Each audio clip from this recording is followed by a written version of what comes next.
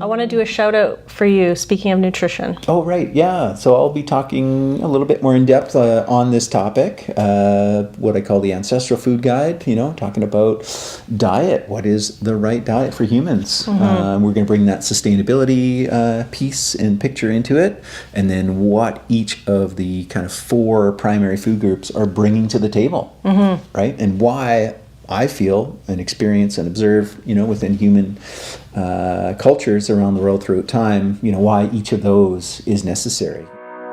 Welcome to the Light Cellar Podcast, brought to you by Light Cellar, a place where you can learn to find and craft your own food and medicine. In this interview series, you will meet a range of characters in the health and wellness space that are bringing light to your everyday. You'll hear from a number of different experts on a wide variety of topics. We have several different series within the podcast, including our Wild Wisdom and Storytelling with Blaine Andrusic, the Rays of Light, inspiring wellness in the community, plus solo casts, Q&As, and other topics for you to enjoy. You can find this as a video version, as well as the audio on any of your favorite platforms. Be sure to like, subscribe, and share this with somebody you know who will benefit.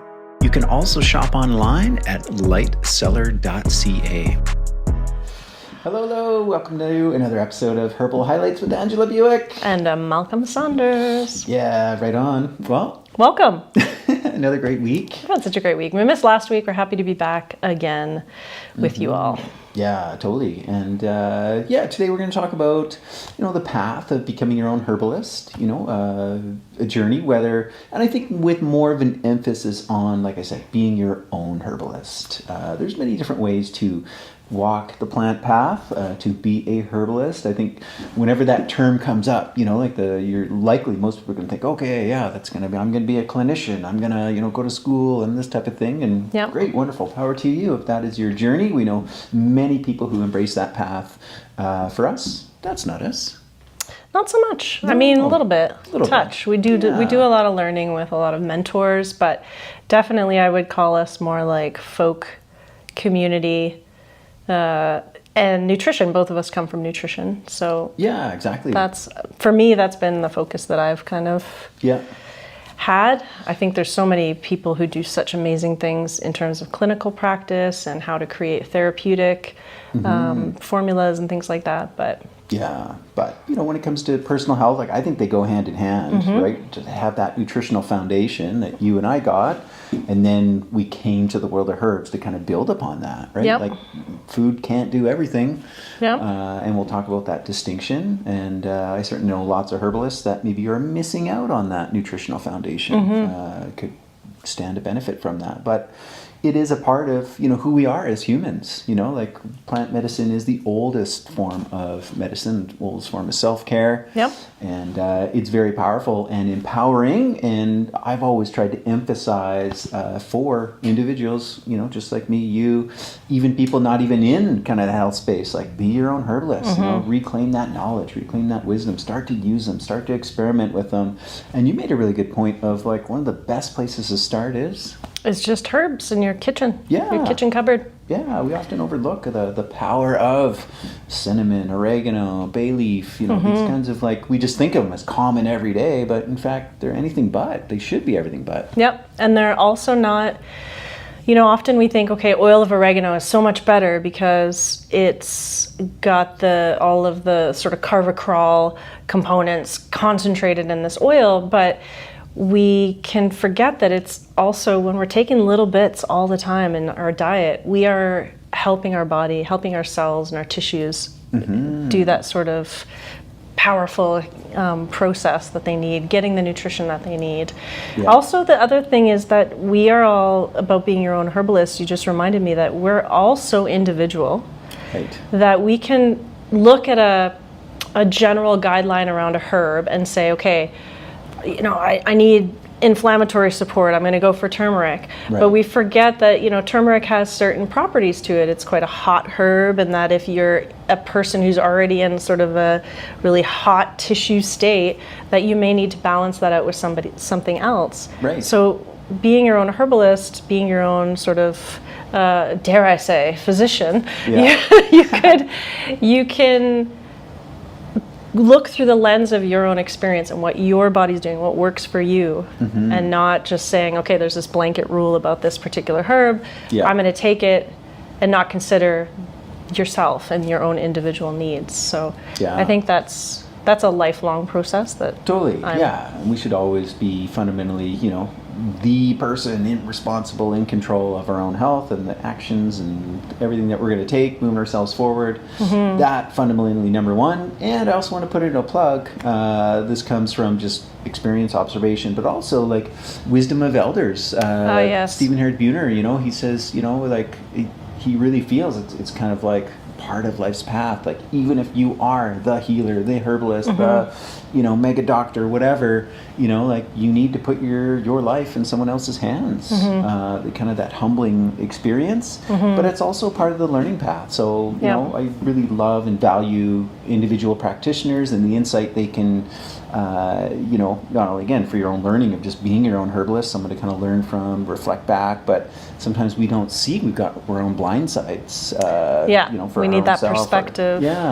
Alternative perspective. That's why we do better as a species in community rather than all by ourselves, because everybody has different skills. Somebody that's been studying it for 30 years, as well. Yep. Like a deep perspective, deep wisdom. It's like we're just kind of scratching the surface with herbs, and like here's somebody else that comes in with like, okay, here's some other things to consider. So, 100%. Time and a place to work with a professional who's taken it upon as their life's mission, their vocation, to guide is a really important thing. Yeah, but food. Yeah, just day to day. Such a great and I would say the same for like a nutritionist or a naturopath, play that role. But ultimately on that everyday, food, teas, just having fun, playing, learning through experience by taking.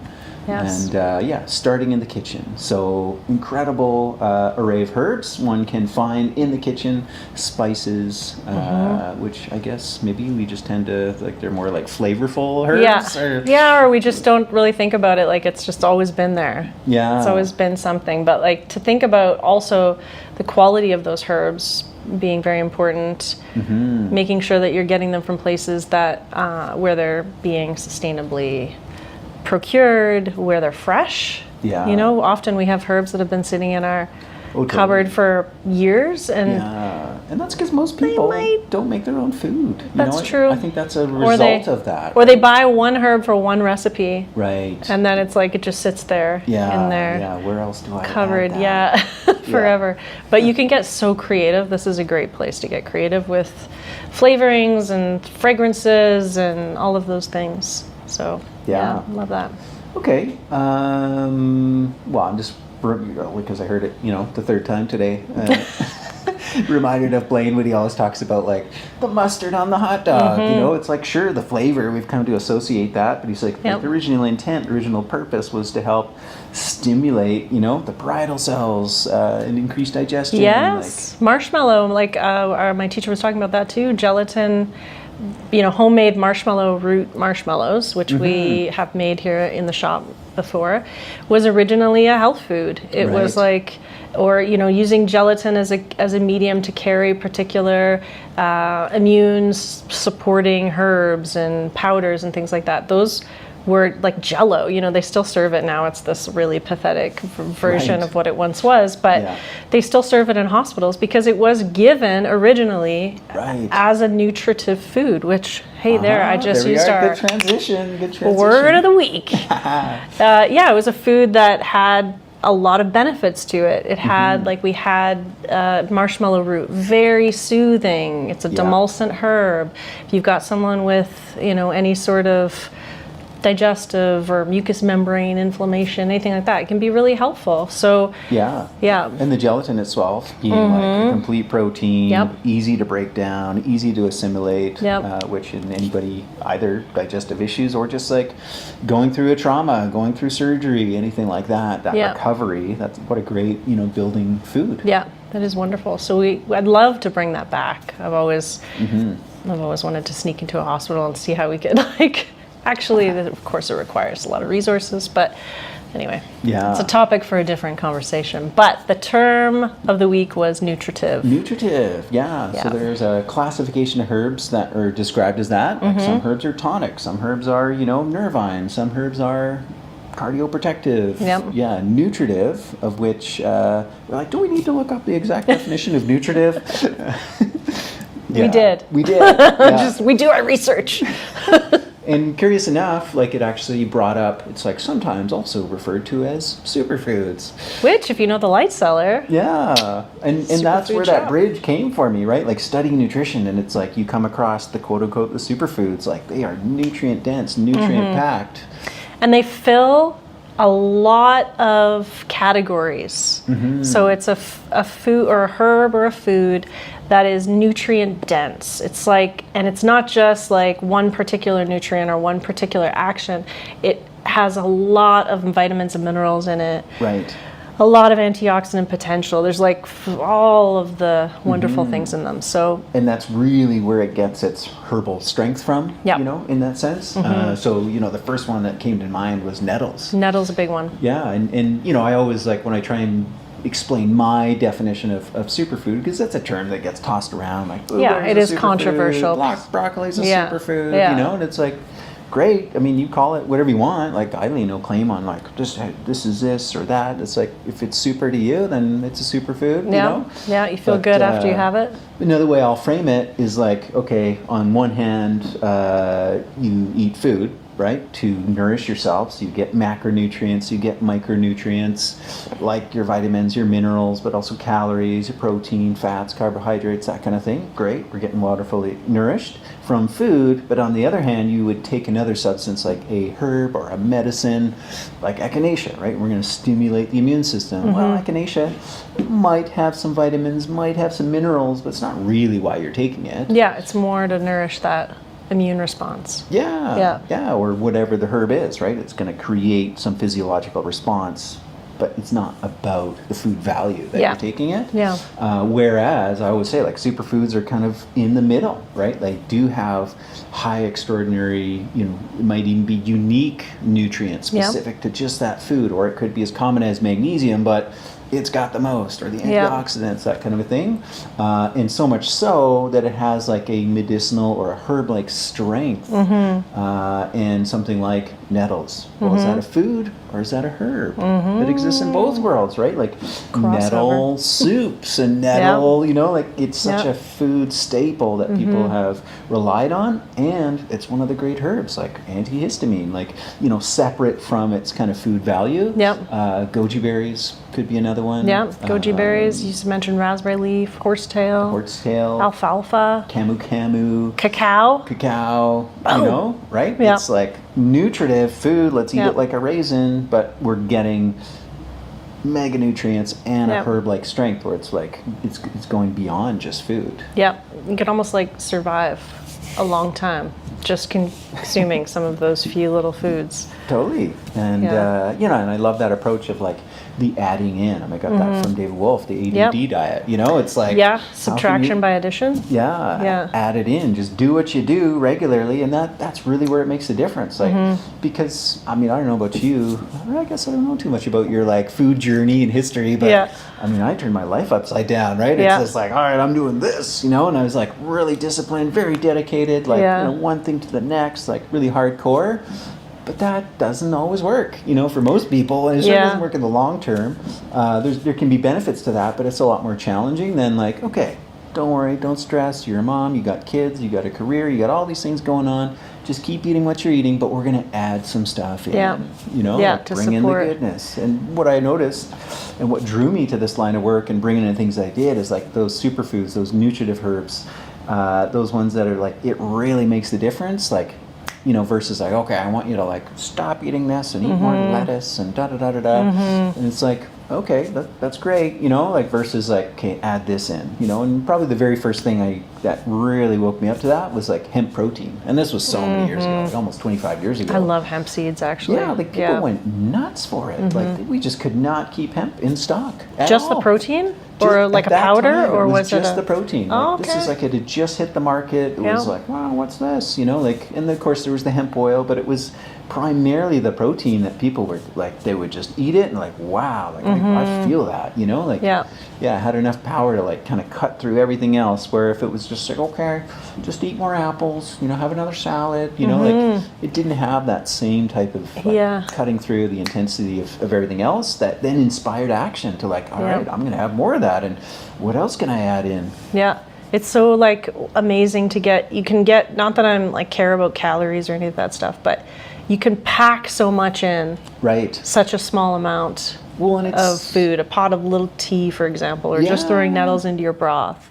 and that's really an antidote to the biggest problem we have today, which is an industrialized food system, which is too high in calories, too low in nutrients. Yeah. Like, okay, we got to flip that, you know, like low calories, high nutrients, not for the sake of like low calories, you know, but for the sake of like, we've got this inversion. Maximize those calories. Yeah, we got to invert it. Yeah. And so I love it. And it doesn't need, you know, those types of things that we've mentioned. Like, teas are great. And maybe we'll talk about that. Like when you're taking a nutritive tea, oat straw, alfalfa, nettles, raspberry leaf, you know, like there's a certain way to prepare them. Yes. To maximize that. There is.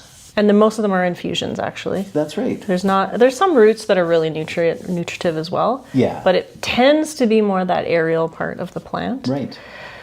But I would say that it's also like almost I don't want to use the word supplement, but but it is a way to supplement the diet. Like I have kids who don't love vegetables, for example. Right. Yeah. And so my son was like, I just want to eat meat. And I was like, okay, just eat meat. We get the best meat in the world practically here. But hey, how about I also make you some tea? Right. Because while meat is amazing and, you know, carnivore diet, people have had life-changing experiences with it. Yeah. But to me, it's a bit too restrictive Totally. for my personal needs or my kids' needs. But even just adding in the herbs, we can hit a lot. Herbal teas, we can hit vitamins and minerals are all water soluble. Yeah. So just that very action of pouring hot water and steeping it for a particular amount of time will get you so much nutrition that you might miss in someone. I mean, obviously you're not getting the fiber, but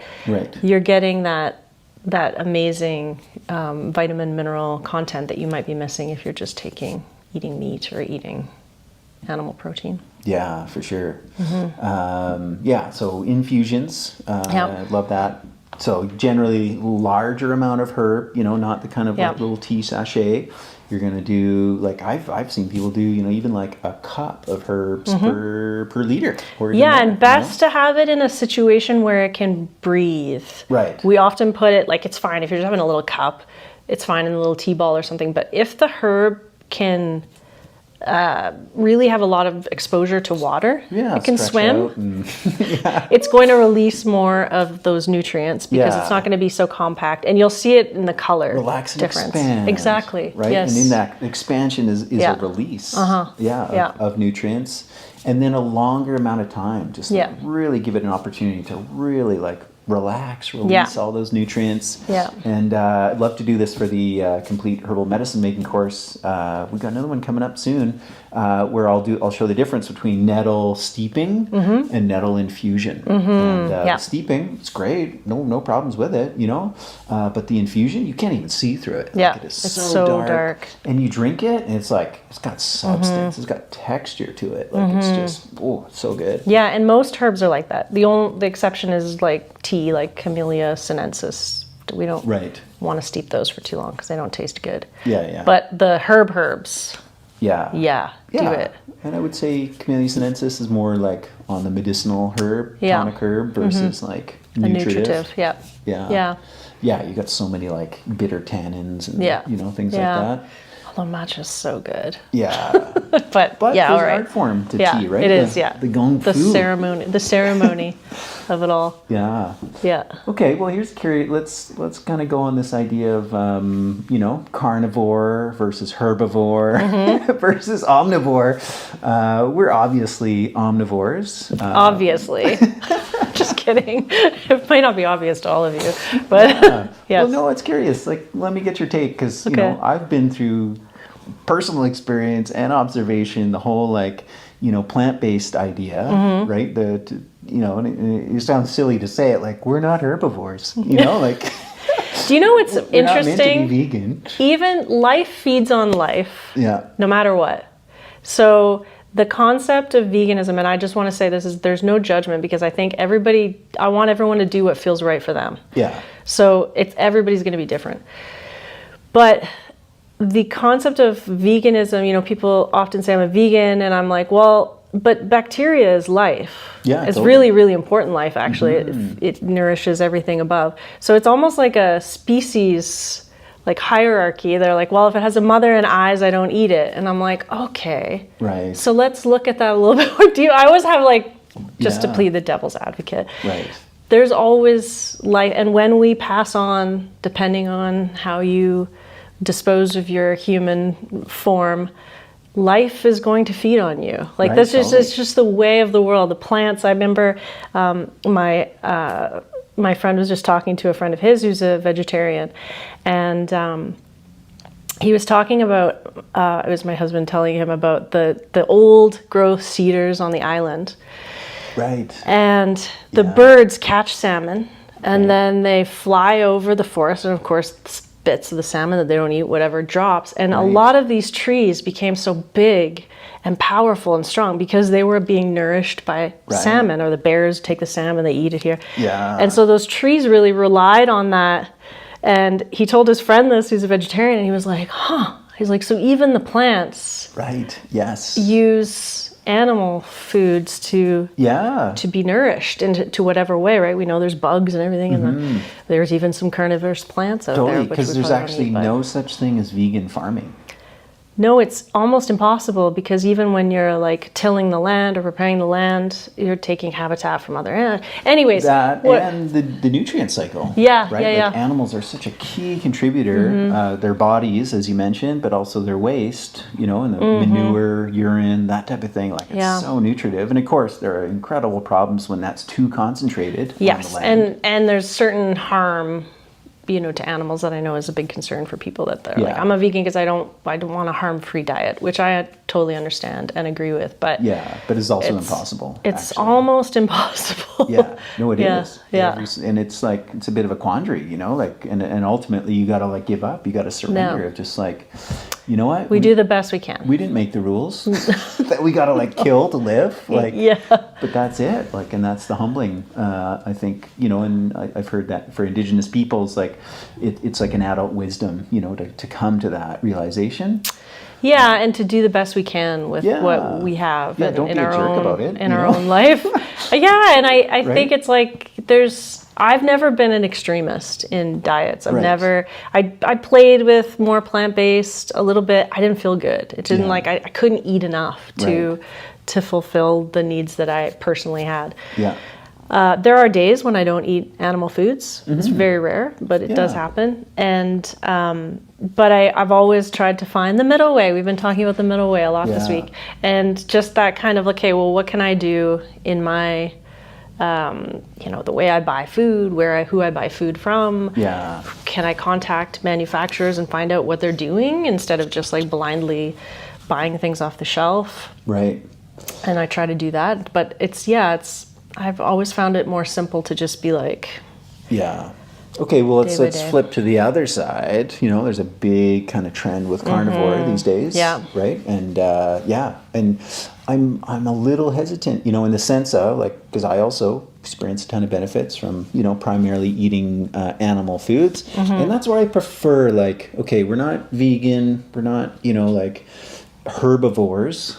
I would say I don't think we're carnivores, you know, exclusively, but you can be plant-based, where, you know, primary portion of your diet is in plants, like it's based in that, but then you're pulling from all the other different life forms and kingdoms, be it bacteria, fungi, animal foods, and I think that's really where I land. Okay, like animal-based, but still pulling from the plant kingdom for, you know, the herbs and all the compounds, the vitamins, minerals, everything like that, as well as bacteria, and I see people, like, really really excited, getting transformation, on carnivore. Like, I'm only just going to eat meat. And it's okay, great. But it feels a little short term, and it feels like an experiment, I think a lot of highly restrictive diets to me feel short term. Yeah, and again, I'm like who you, knows? I don't want to take that away from anybody. No. If No. vegan, herbivore, carnivore, like if that's working for you, awesome, There's also like health conditions though that seem to do better with certain things. Right, like one or another. For sure, autoimmune has been a huge one with the carnivore diet. People with autoimmune disease completely changed their symptoms by doing that, but feels extreme to me. Also, I don't like meat that much, so that could be the only thing I ate. But I don't know. And I think they're more the exception. I think is also like if you're the exception, awesome, power to you. But I think the majority of people, omnivore is the way to go. Yeah. And aren't we so? For us. For us, omnivore is the way to go.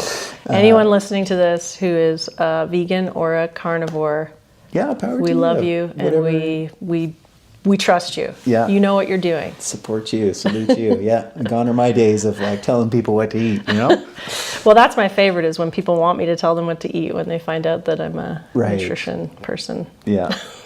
I'm like, I have about 80 questions for you before I could even begin to suggest what you could eat. If anybody tells you what you need to eat, maybe without first asking. Yes. Yeah. Or considering, all it's kind of like that old meme about the doctor, if you go to a doctor and they write a prescription for you without asking, like, what's your diet? Or looking at you. Yeah. I had a doctor do that once with my daughter. Wow. He just came in with this prescription, didn't even look at my kid. And I was like, could you maybe shine a light on her throat and see if that's necessary? It wasn't necessary, by the way. Oh, good for you. Good to advocate for yourself when you're working with people. Yeah. Yeah. I want to do a shout out for you, speaking of nutrition. Oh, right. Yeah. So I'll be talking a little bit more in depth on this topic, what I call the ancestral food guide, talking about diet. What is the right diet for humans? We're going to bring that sustainability piece and picture into it. And then what each of the kind of 4 primary food groups are bringing to the table, right? And why I feel and experience and observe, within human cultures around the world throughout time, why each of those is necessary. They provide things that the other food groups and kingdoms can't and don't provide. Now, will you help people, let's say someone they really want to be a vegan, vegetarian. Yeah. Do you have suggestions for how they might be able to fill any holes that might come up?